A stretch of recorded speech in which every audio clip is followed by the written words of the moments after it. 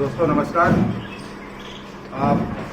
आज हम देश के जाने माने फिल्म अभिनेता राजपाल यादव जी के पैतृक आवास कुडरा, जो जनपद उत्तर प्रदेश के जनपद शाहजहांपुर की ब्लॉक बंडा में स्थित है, हम उनसे तुरंत आवाज़ के लिए चर्चा करते हैं, आज बात करते हैं।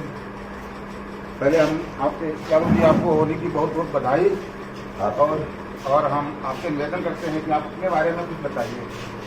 पहले तो आप सबको पूरे त्वरित आवाज़ के माध्यम से जहाँ तक हमारी आवाज़ आ रही है सबको होली मुबारक, और खूब सब स्वस्थ रहिए, मस्त रहिए, व्यस्त रहिए। होली रंगों का त्यौहार है, मिलन का त्यौहार है, सब एक दूसरे के साथ गले मिले और हृदय से एक दूसरे की अच्छाइयों को स्वीकार करें, बस यही कामना करता हूँ। आप इतना व्यस्त समय, आपके लिए इतना व्यस्त समय है, फिर भी आप जब कोई सामाजिक या राष्ट्रीय पर्व होता है तब भी आप अपने गांव के लिए समय निकाल लेते हैं, क्या बात है? इस व्यक्ति ने जन्म दिया है, उसको नमस्कार। और 100 जन्म भी ले लें तो इस मिट्टी को कैसे इसका कर्ज उतार सकते हैं। इसमें जन्म मिला और जन्म मिलने के बाद जो है वो धीरे धीरे सातों समंदर एक परिवार का हिस्सा हो गया। बड़ा सौभाग्यशाली हूँ कि मतलब कि साल भर कर्म के लिए, लेकिन बीच में कभी कोई ऐसा त्यौहार आता है, होली, दीपावली या राष्ट्रीय त्यौहार, तो माता पिता के साथ में वो समय बिताना अच्छा लगता है। और साथ में इसी बहाने पूरे एरिया के सब लोगों के साथ में सेल्फी सब खिंचवाने का अलग तो अच्छा लगता है कि चलो इसी बहाने पूरे साल अपने अपने कर्मों में बिजी रहिए और जो जो कर रहा है उसमें अच्छा करने की कोशिश करिए और बाकी मस्त रहिए। और टाइम तो निकलता है, गुप्ता है, टाइम निकालना थोड़ी पड़ता है, जो कमिटमेंट है उस पर तो फिर। और मैं टाइम थोड़ी निकालता हूँ, इस टाइम को हर पुत्र को निकालना चाहिए, मुझे लगता है हर पुत्र को निकालना चाहिए। लेकिन जहाँ तक जो अभिनेता माया नगरी में पहुँच गए हैं, फिर वो पीछे मुड़ के नहीं देखते हैं कि हमारी ग्रामीण परिक्षेत्र में हमारी क्या मूलभूत विशेषता है या आवश्यकता थी, हमें क्यों उनसे जुड़े रहना चाहिए। तो पिछले 25 साल से क्या करना है वो तो हमें पता नहीं, क्या नहीं करना है वो सीखने की कोशिश करता रहता है। आप बुजुर्गों से सीखने आके और मुझे लगता है कि जब सातों समंदर में शूटिंग करने का सौभाग्य मिलता है तो फिर जिस मिट्टी में जन्मे हो उसको भी बार बार देखने का, मेड़ों और पेड़ों से मिलने का एक अपना आनंद मिलता है। बचपन यहाँ बिताया और अब पूरी दुनिया अपना एक छोटा सा परिवार देखना मस्त है, कुटुंब का। तो इस मिट्टी की ऊर्जा को पूरे बंडा ब्लॉक को, कुमाऊं तहसील को और शाहजहांपुर, लखनऊ, दिल्ली हमारी सब शिक्षण भूमि है और पूरा हमारा जन्नी धाम, तो 100% इसमें तो जितना भी मौका मिलेगा तो आने का अपना सौभाग्य समझूंगा। जनपद शाहजहांपुर उनके थाना क्षेत्र में एक गांव है मलिका जी, वहाँ ब्रह्म प्रकाश द्विवेदी ने कवि हैं वो, उन्होंने कविता के माध्यम से हिंदुस्तान का वर्णन किया था जी।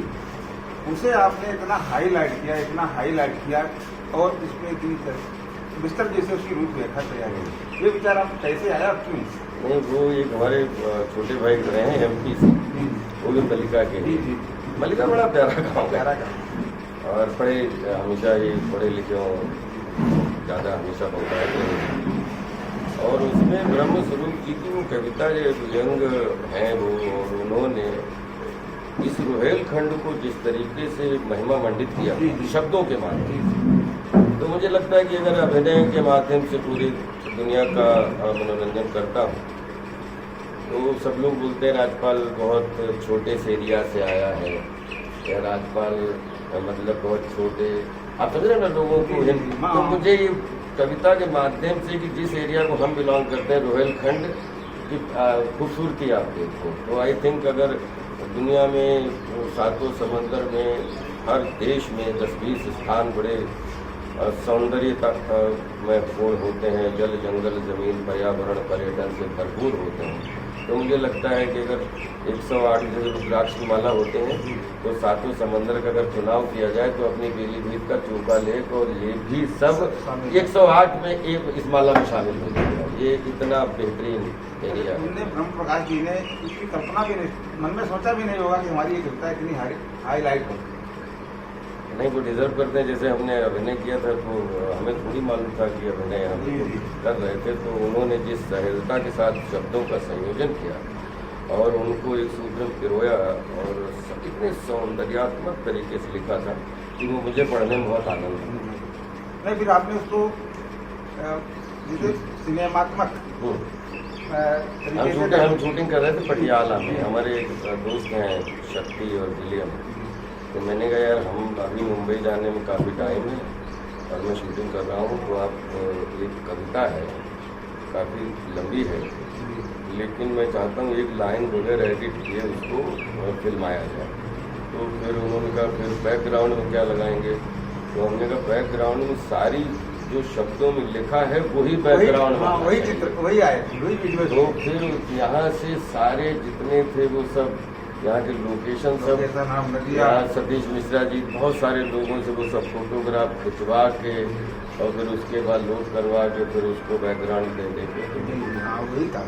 वो कविता काफ़ी फेमस हुई थी और वीडियोज को भी हमें लगता करोड़ों लोगों ने देखा होगा। नहीं, अभी और हम चाहते हैं कि करोड़ों नहीं, सातों समंदर में देखें उसमें। जो अच्छा है स्थान ऐसा है, और मुझे लगता है कि यहाँ के लोग भी कि पूरे देश में घूम आते हैं, लेकिन गंगा जमुनी तहजीब का असली यही है जो बोलते हैं ना प्रतिनिधित्व करता हुआ है, तो ये जो गोमती और गंगा जी का किनारा और ये जो वो आज भी परंपरा देखने को अपने एरिया में मिलती है, जैसे धान गेहूँ गन्ना और गंगा जमुनी तहजीब का भरपूर संगम। हाँ, सभी जातियों के सभी धर्मों के लोग यहाँ वीडियो कर रहते हैं और हमारे हम जहाँ तक वो है अपने आप सभी धर्मों के लोग बैठे हुए हैं।